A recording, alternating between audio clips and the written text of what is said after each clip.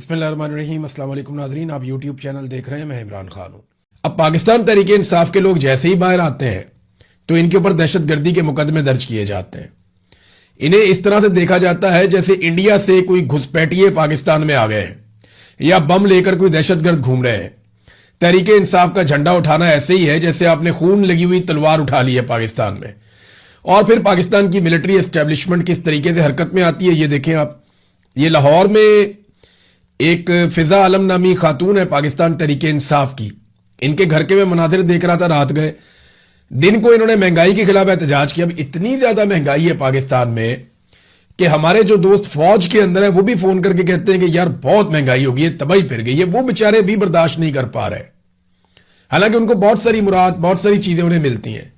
अच्छे खासे सफेद पोश लोग, अमीर लोग, वो बेचारे अब बताते हैं कि हम महंगाई के हाथों तंग आ चुके हैं। लोगों की हालत पतली हो गई है। जो लोग एक हाथ से दिया करते थे वो अब लेने पर मजबूर है।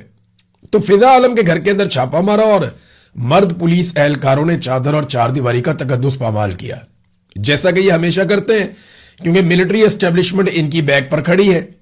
जनरल आसिम मुनीर जो है वो सपोर्ट करते हैं ऐसी चीज को। तो इनके घर पे छापा मारा गया, चादर और चारदीवारी का तकद्दुस पामाल किया गया और मर्द एहलकार एक खातून कारकुन को उठाकर ले गए। सनम जावेद को अस्पताल में लाया गया। उनकी हालत बहुत ज्यादा खराब हो गई जेल में।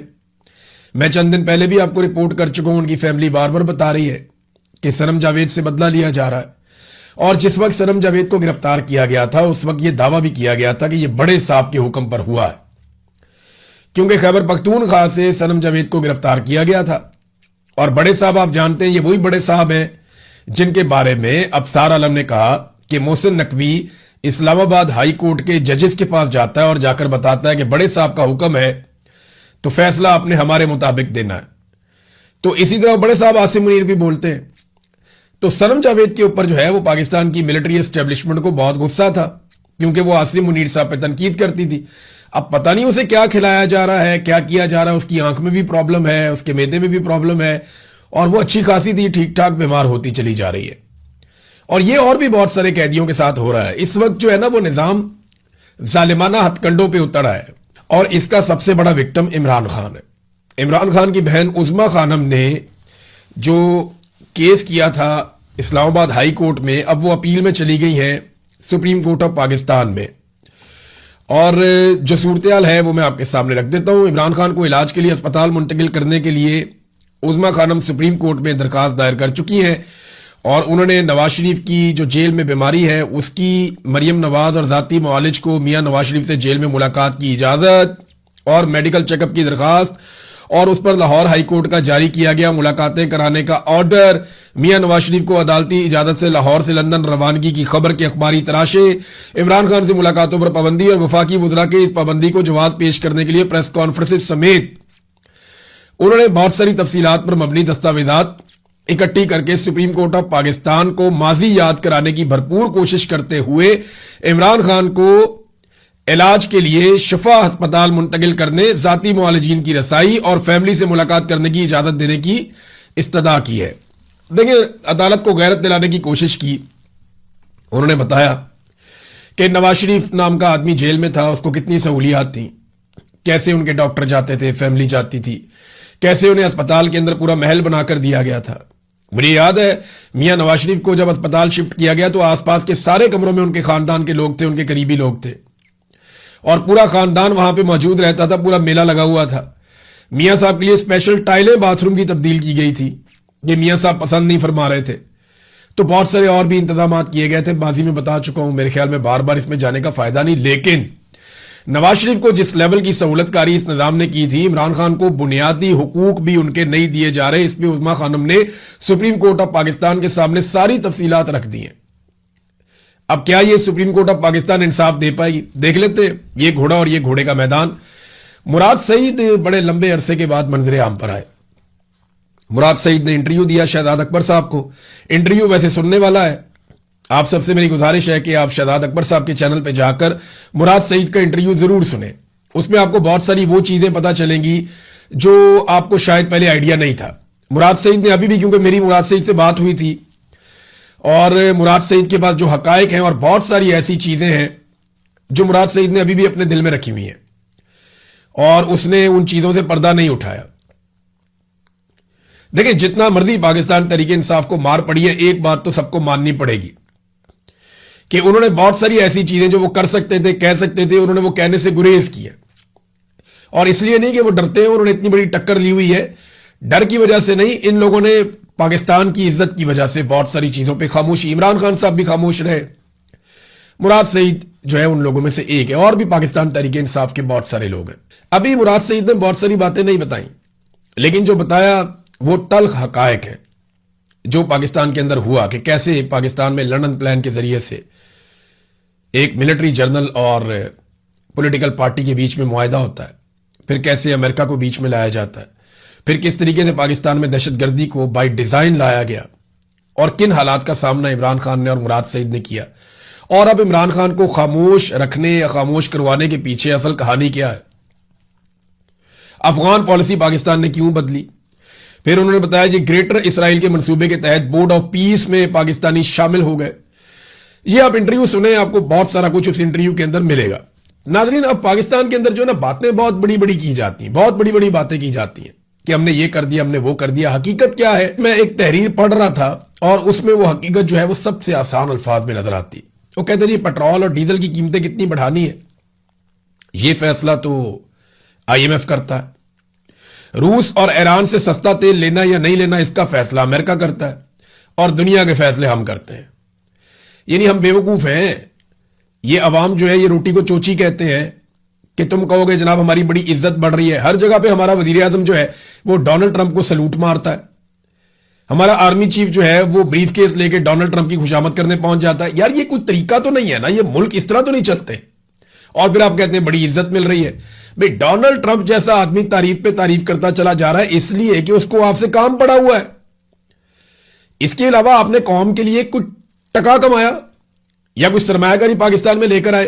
कर्जे पाकिस्तान के बढ़ते चले जा रहे हैं और पिछले 3-4 सालों में सबसे बड़ी कामयाबी की खबर पता क्या आती है पाकिस्तान में, कि जनाब पाकिस्तान को कर्जे की एक और किस्त मिल गई। ये है जनाब सबसे बड़ी कामयाबी। फिर ये सारे टाउट मिलकर एक दूसरे को मुबारकबाद देते हैं, मुबारक हो जी कर्जा मिल गया, बहुत बड़ी माशी कामयाबी हो गई। पाकिस्तान तहरीके इंसाफ के दौर में IMF से बात करने के ऊपर पूरे पूरे आर्टिकल छाप दिए जाते थे, प्रोग्राम हो जाते थे कि आप गए क्यों, आप मिले क्यों। यहां पे कर्जे की किस्त लेने के ऊपर ये मुबारकबादें देते हैं। ये इनका उतरता हुआ निकाब पूरी कौम ने देखा है। और अब अभी आप और देखेंगे, ये 28वीं आईनी तरमीम आ रही है। बिलावल ने जिस ब्रूट मेजॉरिटी का लफ्ज इस्तेमाल किया था ना, मैं हैरान हो गया था कि बेनजीर भुट्टो की रूह कब्र के अंदर तड़प गई होगी जो बिलावल ने किया था। डंडे वाली जमहूरियत और ब्रूट मेजॉरिटी, ये बिलावल ने अल्फाज इस्तेमाल किए थे।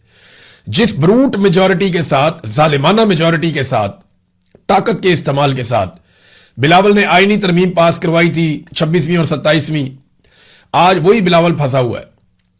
पीपल्स पार्टी को सिंध में रगड़ा लगाया जा रहा है, नैब के जरिए से चुरे तेज कर दिए गए हैं, ये भी करप्शन पकड़ लेंगे, वो भी करप्शन पकड़ लेंगे, इनको बार बार धमकाया जा रहा है। इसमें ना एक बड़ी जबरदस्त सुहेल रशीद साहब ने खबर दी है और ये इसमें 4-5 खबरें एक साथ हैं उनकी एक ही खबर में, कि किस तरीके से अब सिंध के अंदर बंद फाइलें खोली जा रही हैं, किस तरीके से नैब को दोबारा मुतहर्रिक किया जा रहा है, किस तरीके से पीपल्स पार्टी और उनके लोगों के इर्द गिर्द शिकंजा कसा जा रहा है।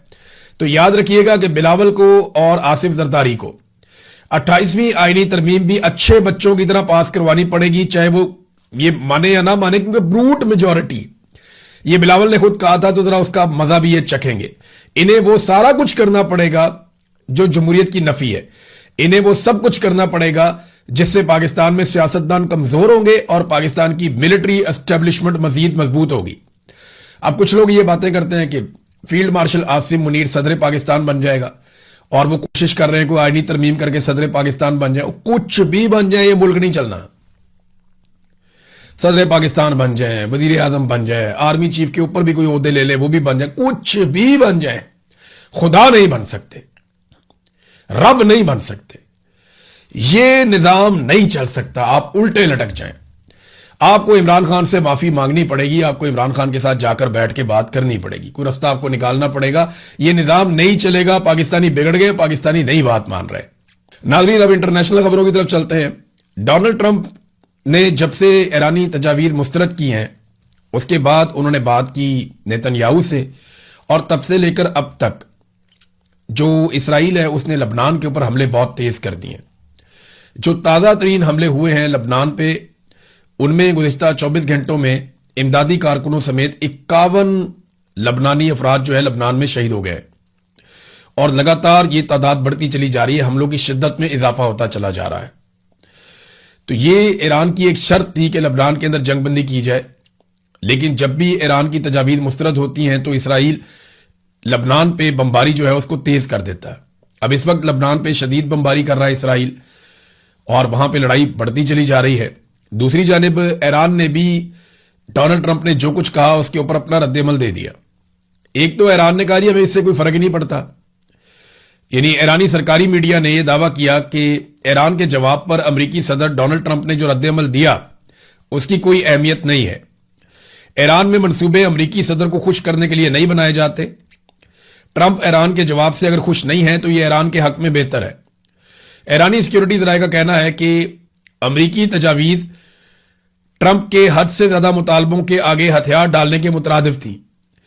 ईरानी तजावीज़ में अमेरिका को जंगी नुकसानात के मुआवजे की अदायगी और अबनाए हुर्मत पर ईरान की खुद मुख्तारी पर जोर दिया गया। देखिए, इसमें ना एक ईरानी वजारत खारजा के तर्जुमान है इस्माइल बकाई, उन्होंने जो बयान दिया है ना उसमें काफी क्लैरिटी है।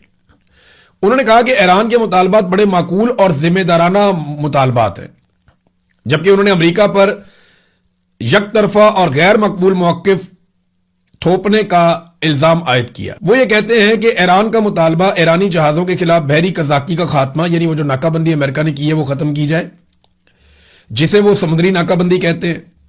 ईरानी अवाम के गैर मुल्की बैंकों में मुंजमद असासों की बहाली का मुतालबा ईरान ने किया कि जनाब जितने दुनिया के अंदर बैंकों में हमारे पैसे आपने मुंजमद कर रखे हैं अरबों डॉलर, वो हमें रिलीज किए जाएं, हम अपनी आवाम के लिए वो पैसा खर्च करें। आपने हुर्मत में महफूज आमदरफ्त की तजवीज़ ईरान ने साथ में दी थी, और लबनान समेत पूरे खित्ते में अमन के क्याम का मुतालबा किया। क्या ये मुतालबात नाजायज? अच्छा, इसमें जो आपने हुर्मत वाला ईरान का मुतालबा है ना,